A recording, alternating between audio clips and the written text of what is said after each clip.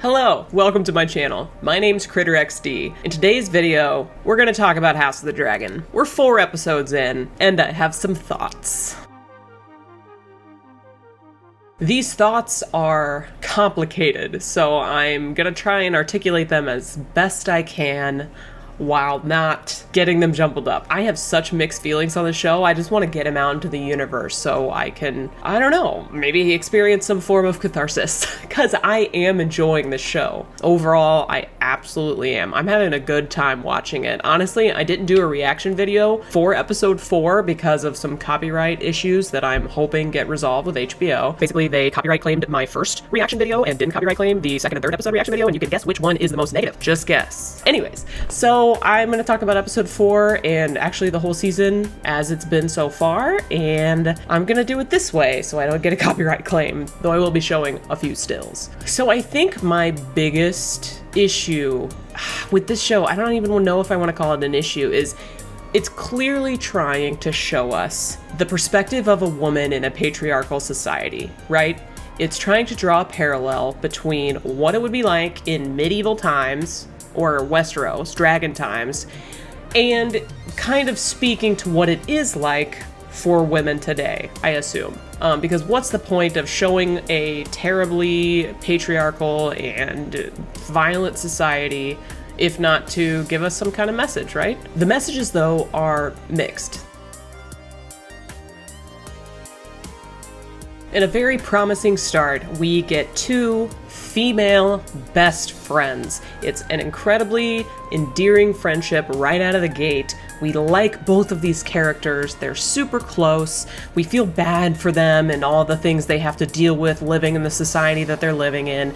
And this gave me hope. We had this close friendship and these girls that we could root for, right? Very cool, very excited. Rhaenyra is established very early on as the main protagonist, in my opinion. That's how it came across to me. We got an incredibly graphic childbirth, forced cesarean section scene without any warnings at the beginning of the episode. Like you can see, well, you can't see them right now. Adult content, adult language, graphic violence, nudity, strong sexual content.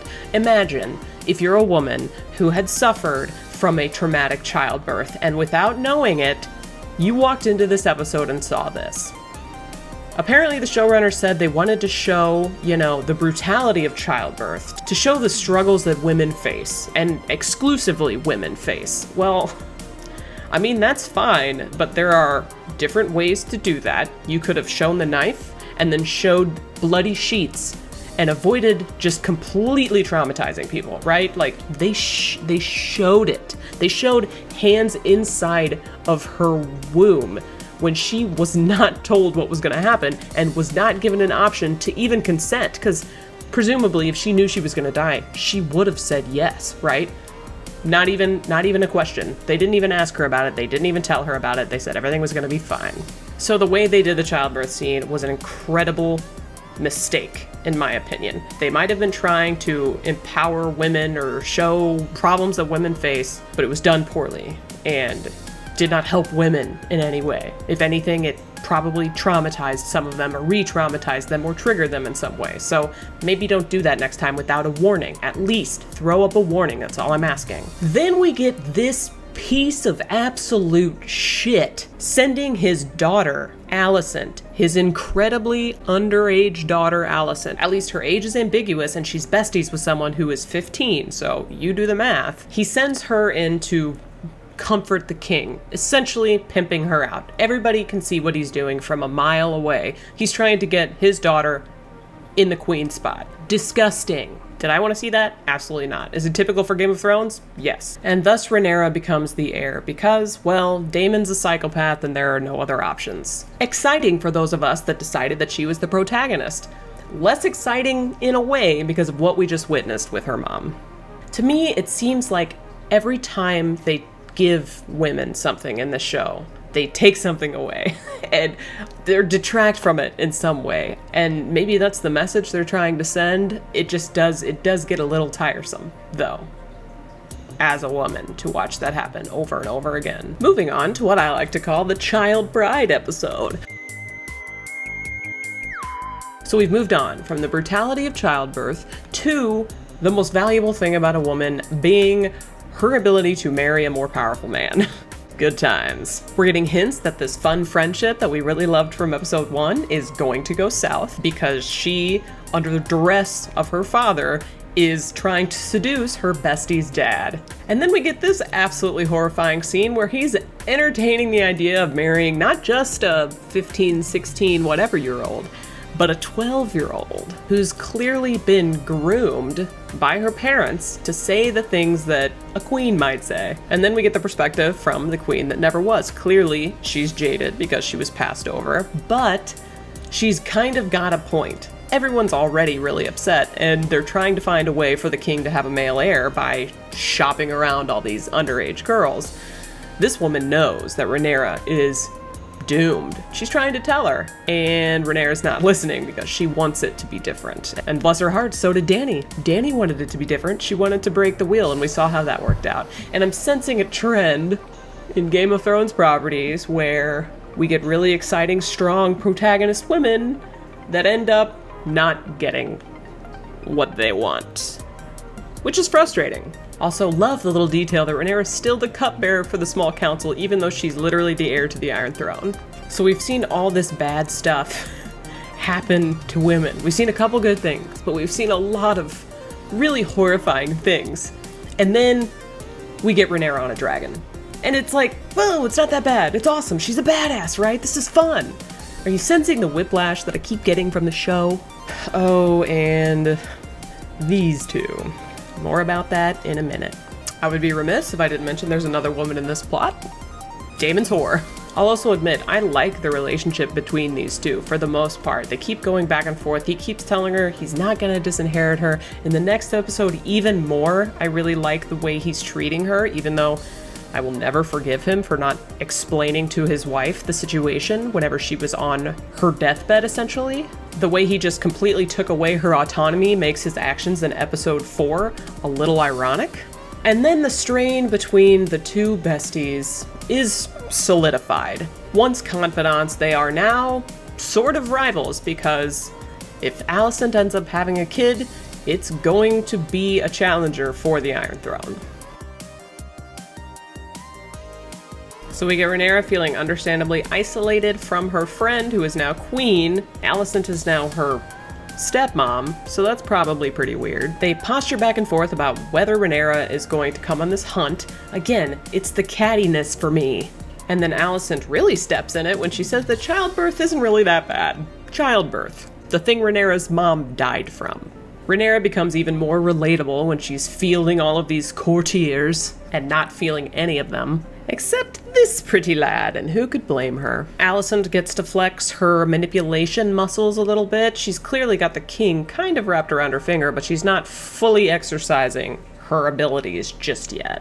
Although she used them to become queen in the first place, so what am I saying? Of course she's exercising them. Against her will, though, kind of. It was all her dad's plan. And then once again, we get something cool from Rhaenyra, right? She gets to see the White Hart. Nobody else. Well, Kristen also, but this is obviously a sign she's the destined ruler, right? I love it. You love to see it. You also love to see the fact that the king struggled so hard to kill something that was literally tied up for him to stab. The highlight of this episode, though, obviously, something that redeemed Daemon for probably a lot of people, was this scene. It was awesome. But it had nothing to do with the girls. I'm just saying it was cool. And finally, we get to see some of the strong contenders for Rhaenyra's heart. She's plainly not vibing with any of them, none of them being like her uncle Daemon or her forbidden love Kristen. Daemon flies by in her dragon and slams into her ship, which she could not have been more aroused by. You can see this whole episode that she's just completely enamored with her uncle. The besties seem a little closer than they were before. Maybe some time has passed. Maybe they still confide in each other. Okay, this is a positive thing. They don't seem to be at each other's throats like they were before. And ooh boy, is the tension building here. Damon helps Rhaenyra sneak out of the tower, shows her a grand old time in the common folk area, and while one of the besties is getting involuntarily railed by her husband, the other is getting a little more voluntarily, not quite railed by her uncle. Suffering from an extreme case of blue ball, she goes back and finally seals the deal with Kristen. I do have an issue with this scene though, and it's that I'm not sure he could have said no. Right? So we get her victory, we get her exercising her autonomy, we get her expressing her sexuality, all the while she's exercising authority in a position of power. And while it seems like he eventually enthusiastically consents, this is essentially a boss and employee situation here. Could he have said no? And this whole episode, we've got an actress who at one point was supposed to be 15, even though I know the actress isn't that old. At one point she was supposed to be 15, we haven't changed actresses, and now we're supposed to be cool. Well, maybe not cool, but we're supposed to watch her in multiple sex scenes with clearly adult men. That's part of the issue here. Was I thrilled for her as a consenting adult? Yes. But there was that dark cloud of incest over her situation with Damon, and that big question mark of consent over the situation with Kristen. So we got these exciting moments, but we also had a bit of whiplash, because they weren't the victories they initially seemed like they were, in my opinion. Although I will say that they were shot so much more tastefully than old Game of Thrones sex scenes. I will not complain about the way they were shot. It was incredibly sensual for both scenes, although the taking off of the armor taking 1,000 years did kind of like slow things down, but it was a deliberate choice. It was incredibly sensual. I'm not complaining about that. It's just the context. The context always has this kind of like vile, it's got a taint. It's got a bit of a taint, that's all I'm saying. I am excited about the proposition that she seems to be in some kind of position of power as like a spy master. That's cool. I'm into that. But if her powers are going to be used for evil, to try and take down Rhaenyra, for example, less exciting. Very good to see Otto Hightower get his comeuppance for stalking Rhaenyra and trying to take her down. Thank God. But then Alicent essentially getting pissed at Rhaenyra for exercising her autonomy when Alicent obviously has no option to do so or no will to do so. Annoying, right? We thought they were back together again, back besties, we like each other now. Actually, no. Rhaenyra's gonna get slut-shamed by her once bestie. And in return, Rhaenyra shows her claws by essentially gaslighting her bestie and swearing on her mother's grave. Granted, she didn't break the swear necessarily, because her and Damon didn't actually do the deed. But that was some Aes Sedai wordplay that I'm less comfortable with. I don't know, I guess it shows that she is pretty cunning, but also, you know, at one point these guys were friends. Why are they against each other? Why couldn't Alicent just praise her and Rhaenyra confide in her, knowing that she wouldn't tell anyone?